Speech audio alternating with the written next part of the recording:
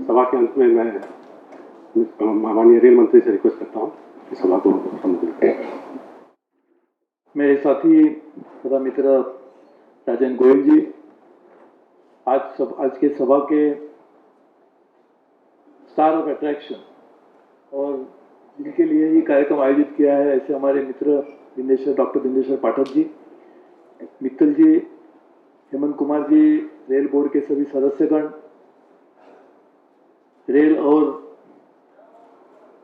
सुलभ परिवार के सभी सदस्यगण, मीडिया के हमारे सब भाई बहन और सभी सम्मानित सदस्यगण, आज हमारे लिए खुशी की बात है कि डॉक्टर बिंदेश्वर पाठक जी ने सुलभ की जो जितनी भी पूरी ताकत है उसको रेल के साथ जोड़ के रेल को साफ रखने के लिए एक नई अभियान की शुरुआत की।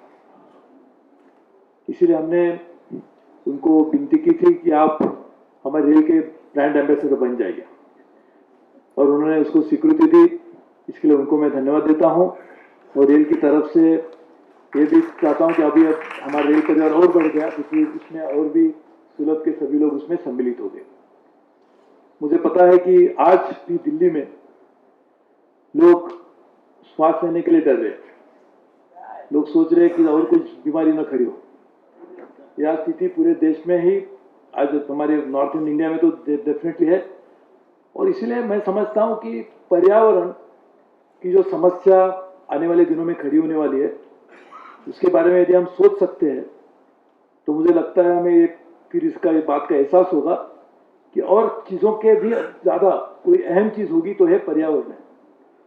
और इसे पर्यावरण का ही एक हिस्सा है, स्वच्छता रखनी चाहिए। हम सब चीज़ को स्वच्छ रखेंगे तो शायद पर्यावरण की समस्या ऐसे हल हो जाएगी। पर्यावरण की समस्या ये भी आता है कि हवा को साफ रखना है, पानी को साफ रखना है, जमीन को साफ रखना है और साथ में बाकी की सब चीज जो आती है उसको भी साफ रखना है। यही तो पर्यावरण का असली मतलब है।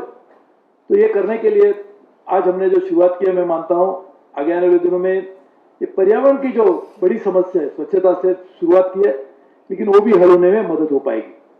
और इसलिए हमको पता है कि डॉक्टर बिंदेश्वर पाठक जी पहले ही बड़े ब्रांड है, यानी डॉक्टर बिंदेश्वर पाठक जी को ब्रांड एम्बेसडर बनाने में हमारा भी लाभ है, क्योंकि ब्रांड पहले ही ऐसे बड़े ब्रांड है।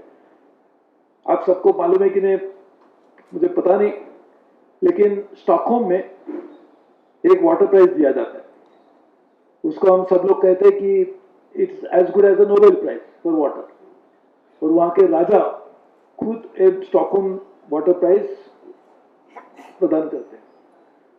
उसमें डॉक्टर बिंदेश्वर पाठक जी को ये प्राइज मिला था जब मैं वहां पे स्टॉकहोम में था, क्योंकि मैं ग्लोबल वाटर पार्टनरशिप का चेयरमैन भी था और उस समय उनको मिला था। तो इसलिए इस तरह का एक ब्रांड उन्होंने पूरी देश में एक अभियान चलाया। आज हम लोग ने शुरुआत की, लेकिन डॉक्टर पाठक साहब ने तो पहले से शुरुआत की थी और लंबे समय से चल रहा है। और जैसे उन्होंने कहा बिल्कुल सही है कि टॉयलेट के बारे में लोग सोचते हैं टॉयलेट यानी सबसे गंदगी, तो सही है, तो गंदगी वहीं से चली जाती है, लेकिन टॉयलेट साफ रखने से बड़े मात्रा में लोगों की बहुत सारी बीमारी भी ठीक हो सकती है। तो ये बिल्कुल सही बात है। इसलिए मैं मानता हूं कि जो आपने अभियान शुरू किया, अभी रेल के साथ भी हम काम करने की शुरुआत की, तो आगे आने वाले दिनों में बहुत बड़ी मात्रा में इसका लाभ भारत की जनता को मिलेगा। वैसे भी देखा जाए तो रेल में कुछ महीनों से हम लोगों ने जो अभियान चलाया स्वच्छ रेल स्वच्छ भारत, उससे भी बहुत बड़ी उपलब्धि पाई। आज हम दावे से कह सकते हैं कि बहुत सारे स्टेशन, रेलवे के कोचेस बहुत साफ सुथरे हो गए, लोग ही कहते हैं, लेकिन कुछ लोग ये कह के उसको और साफ करने की कोशिश करते हैं। कुछ लोग ये भी सोचते हैं कि किस तरह से सारा रखा जाता है हम देखते हैं, इसके लिए हम गंदगी करना शुरू करेंगे। हमारा हक है, ये हमारा, हम कुछ भी कर सकते हैं। आपको साफ करने का काम है, हमारा गंदगी करने का काम है। ये अभियान करेंगे तो शायद कोई भी इसमें जीत नहीं पाएगा। तो हमारी ये सबकी जिम्मेदारी भी है कि उसको सबसे पहले गंदगी ना करे। तो ये करने के लिए भी एक आम जनता में अभियान चलाने की जरूरत है, जो अभी शुरुआत हुई है। इस साथ में हम काम करने से भी लाभ होगा। हेमंत कुमार जी हमारे जो मेंबर रोलिंग स्टॉक है, ये इसके जिम्मेदार है, तो ये बहुत अच्छा सुझाव है।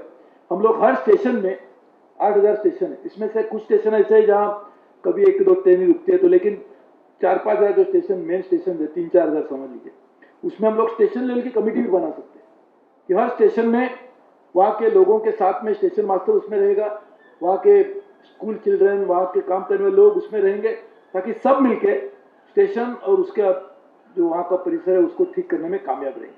साथ ही में हम लोग ट्रेन में भी जो लोग जाते हैं उनके लिए भी कुछ सोच सकते हैं। वहाँ की जो टॉयलेट्स हैं, बायो टॉयलेट्स अभी सब जगह लगाने की हमने शुरुआत की है। उसमें यदि आपके भी कुछ सुझाव होंगे कि एक वैक्यूम कम बायो टॉयलेट रेलवे ने बनाई है, ये शायद विश्व की पहली इसी तरह की बायो टॉयलेट है। जो एयरलाइन में वैक्यूम टॉयलेट्स होती है, हम लोगों ने बायो टॉयलेट की, लेकिन वैक्यूम कम बायो ये बनाने की कोशिश रेलवे ने की, सक्सेसफुल हुआ है, लेकिन उसको और भी प्रोलिफरेट करना है और भी बढ़ाना है। तो करने के लिए भी आपके भी कुछ सुझाव होंगे, क्योंकि इनके पास पूरे विश्व में किस तरह से टॉयलेट्स होते हैं उसके बारे में जानकारी है। वो साउथ ईस्ट एशिया में, शायद थाईलैंड में, वहाँ का जो हाथी है उसको भी ट्रेनिंग देते हैं कि किस तरह से आपको टॉयलेट का इस्तेमाल करना है।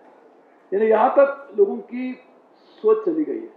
तो मैं मानता हूँ ये सोच के हम लोग भी यदि कोशिश करें किस तरह से डिज़ाइन क्या होना चाहिए, लोगों की भी क्या कुछ ऐसी भी हो सकती है बात कि कुछ हमें नहीं पता चलती होगी कि लोगों की भी कुछ दिक्कतें होगी, तो ये सब पूरा करके एक अच्छा तरह से डिज़ाइन भी बनाया जा सकता है। तो मैं मानता हूँ, इसलिए भी आप सबको मैं धन्यवाद देता हूँ। सुलभ और रेलवे मिलके और क्या कर सकते हैं उसके बारे में अभी कुछ दिनों में हम लोग एक प्रोटोकॉल भी बनाएंगे और ज़्यादा करके ज़्यादा से ज़्यादा काम करने की कोशिश करेंगे। तो दिवाली के बाद अच्छे दिन आते हैं हम समझते हैं, तो उसकी शुरुआत हुई है और हम सब लोग मिलके साथ में मिलके काम करेंगे। आप सबको बहुत बहुत बधाई देता हूँ और आपको धन्यवाद देता हूँ कि आपने इसका स्वीकार किया। वहाँ मिसेस पाठक भी बैठी है, वो भी जीवन साथी तो है ही है, लेकिन कार्य साथी भी है, आप उनके साथ में काम भी करते हैं।